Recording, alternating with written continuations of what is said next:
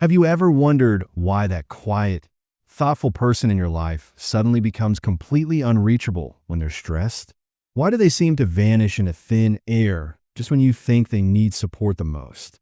Well, if you're dealing with an INFJ personality type, you're about to discover something that'll blow your mind. Today, we're diving deep into one of the most misunderstood aspects of the INFJ personality: what happens when they feel threatened. And trust me, what you're about to learn will change everything you thought you knew about these mysterious individuals.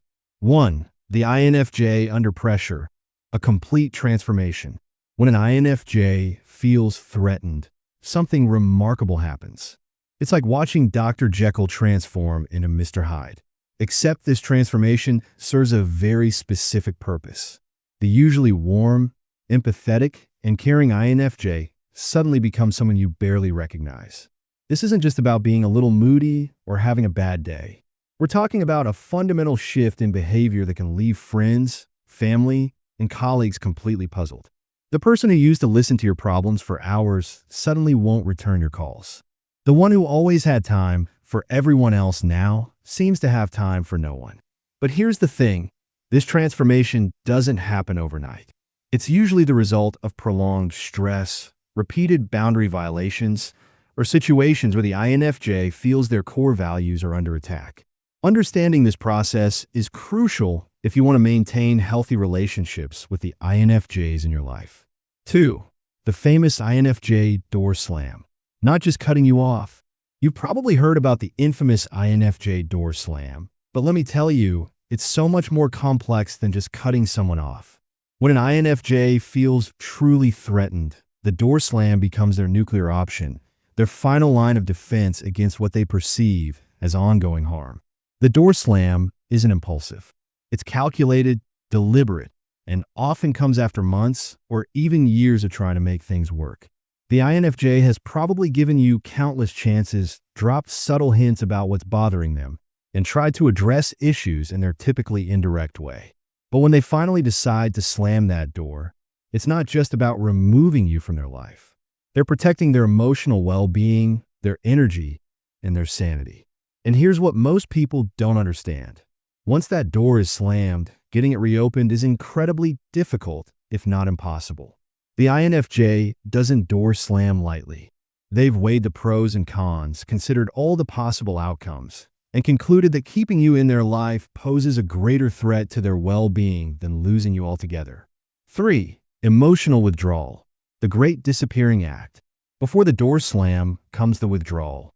When INFJs feel threatened, they start pulling back emotionally long before they physically remove themselves from the situation. This withdrawal can be so gradual that you might not even notice it at first. They stop sharing their thoughts and feelings as freely.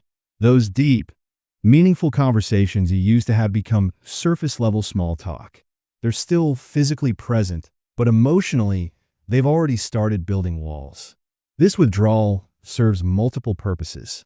First, it protects them from further emotional harm.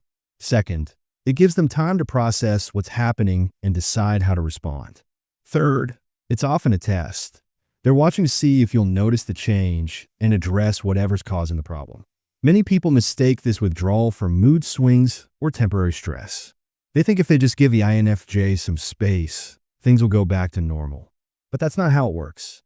The withdrawal is actually a warning sign. The INFJ is telling you, in their own subtle way, that something needs to change. 4. The protective shell, building impenetrable walls. When threatened, INFJs don't just withdraw, they actively build protective barriers around themselves.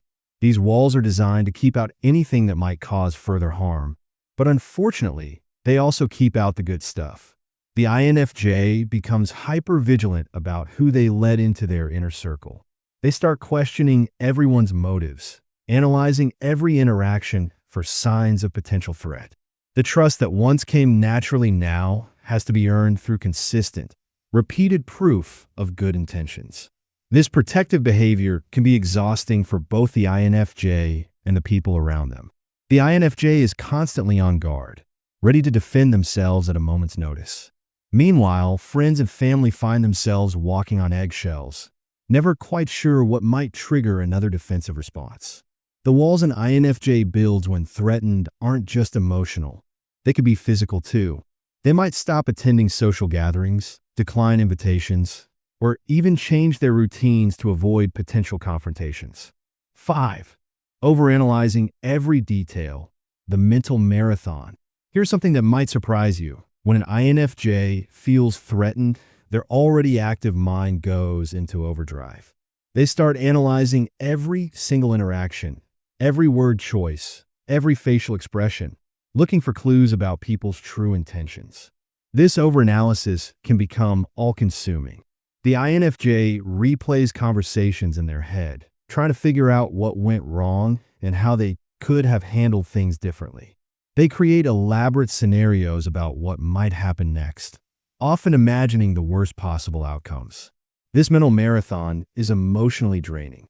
The INFJ's energy, which is already limited, gets completely consumed by this constant analysis. They have little left for normal daily activities, let alone maintaining relationships.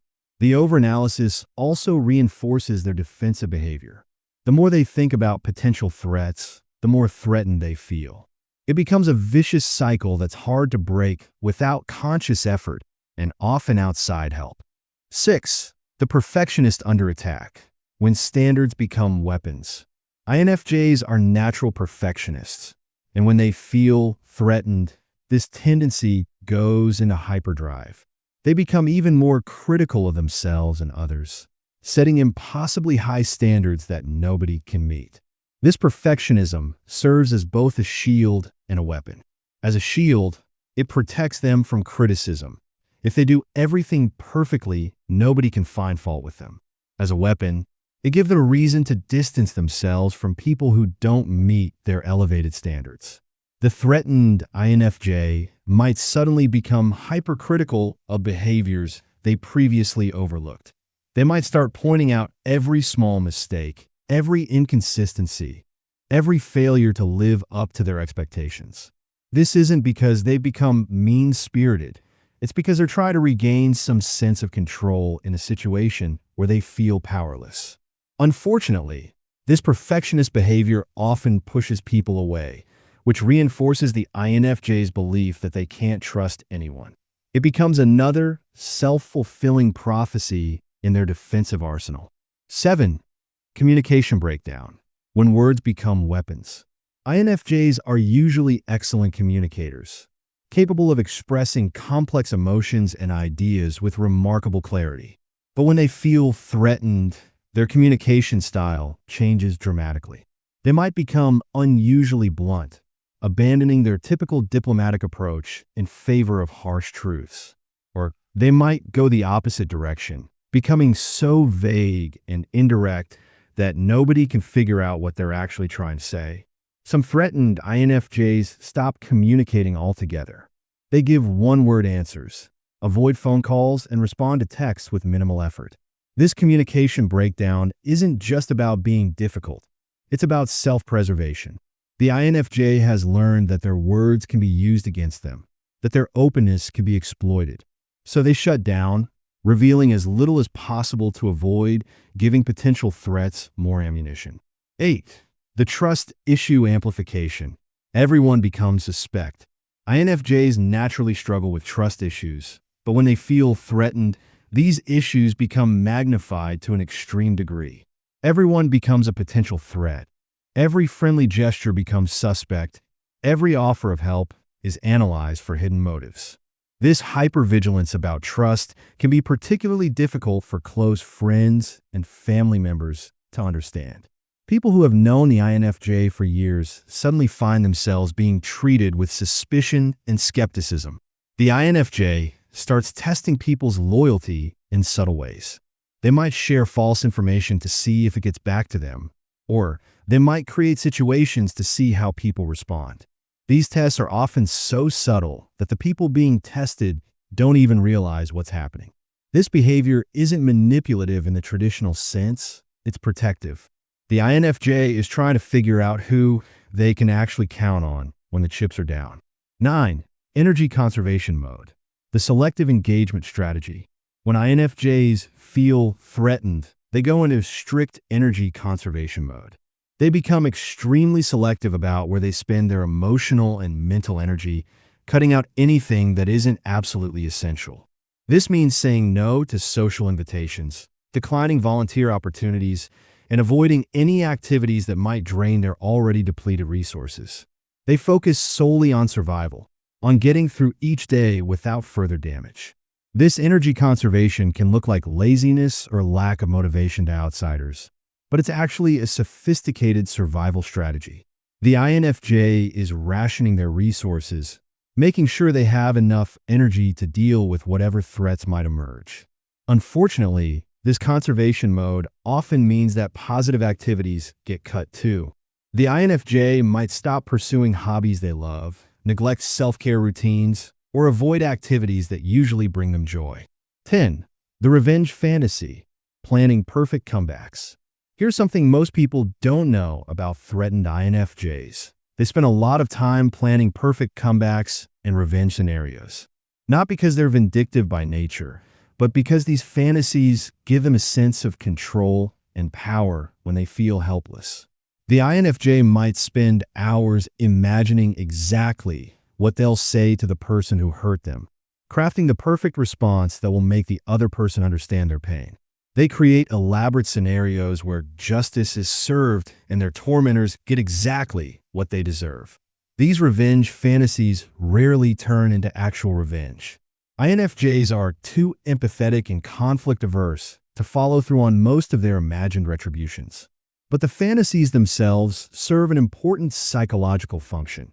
They help the INFJ feel less powerless in the face of threat.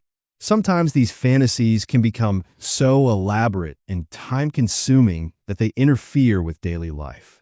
The INFJ becomes so focused on imaginary confrontations that they neglect real-world responsibilities and relationships. 11. The isolation spiral, cutting off the world. When all else fails, the threatened INFJ resorts to complete isolation. They cut themselves off not just from the source of the threat, but from everyone and everything. This isn't the same as the earlier withdrawal. This is total social hibernation. The INFJ stops answering phone calls, ignores text messages, and avoids all social contact. They might call in sick to work repeatedly, decline all invitations, and generally disappear from their normal social circles. This isolation serves multiple purposes. It protects them from further harm, gives them time to process and heal, and allows them to reset their emotional equilibrium without outside interference. However, prolonged isolation can become problematic. The INFJ might lose important relationships, miss out on opportunities, or develop unhealthy coping mechanisms. What starts as protective behavior can turn into self-destructive isolation if it goes on too long. 12. The recovery process, slowly opening up again. Eventually, most INFJs begin to emerge from their defensive state, but the recovery process is slow and cautious. They don't just flip a switch and go back to their old selves. They test the waters carefully, ready to retreat at the first sign of danger. The INFJ might start with very limited social contact, perhaps reaching out to one or two trusted individuals. They're watching carefully to see how these interactions go, using them as a gauge for whether it's safe to open up more. During this recovery phase, the INFJ is rebuilding their confidence and their faith in others. They're learning to trust again, but they're doing it on their own terms and at their own pace. This process can take months or even years, depending on the severity of the original threat and the INFJ's own resilience. Patience and consistency from friends and family during this phase are crucial for helping the INFJ fully recover. 13. Prevention. How to avoid triggering INFJ defensive behavior. Understanding what triggers INFJ defensive behavior is crucial for maintaining healthy relationships with these sensitive individuals. The good news is that most of these triggers are avoidable if you know what to look for. Respect their boundaries from the beginning. INFJs often have very clear boundaries, even if they don't always communicate them directly. Pay attention to their comfort levels and don't push them beyond what they're willing to share or do. Be consistent in your behavior and communication. INFJs value authenticity and consistency above almost everything else. If you say you're going to do something, follow through. If you make promises, keep them. Don't betray their trust or share information they've told you in confidence. INFJs are very selective about what they share and with whom. Violating their trust is one of the fastest ways to trigger their defensive behavior. Avoid manipulative or controlling behavior. INFJs have finely tuned manipulation detectors and will react strongly to any attempts to control or manipulate them. Conclusion: understanding the INFJ defense system. When an INFJ feels threatened, their response isn't random or irrational. It's a sophisticated defense system designed to protect their emotional well-being. From the famous door slam to complete social isolation, every behavior serves a specific protective function. Understanding these behaviors doesn't mean you have to accept them unconditionally, but does help you respond more effectively. If you have an INFJ in your life who's displaying these defensive behaviors, remember that they're not trying to hurt you. They're trying to protect themselves. The key to maintaining healthy relationships with INFJs is prevention rather than damage control. Respect their boundaries, be consistent in your behavior, maintain their trust, and avoid manipulative tactics. When you create a safe emotional environment for an INFJ, you're much more likely to see their warm, caring, and deeply loyal nature. Remember, behind every defensive INFJ is someone who cares deeply, feels intensely, and wants nothing more than authentic, meaningful connections with others. When they feel safe, INFJs are some of the most rewarding people to have in your life. But when they feel threatened, well, now you know exactly what they'll do. The most important thing to remember is that INFJ defensive behavior is temporary. With patience, understanding, and consistent positive behavior, most INFJs will eventually lower their defenses and allow people back into their lives. The key is proving that you're worth the risk of vulnerability, and that's something that can only be demonstrated through actions, not words.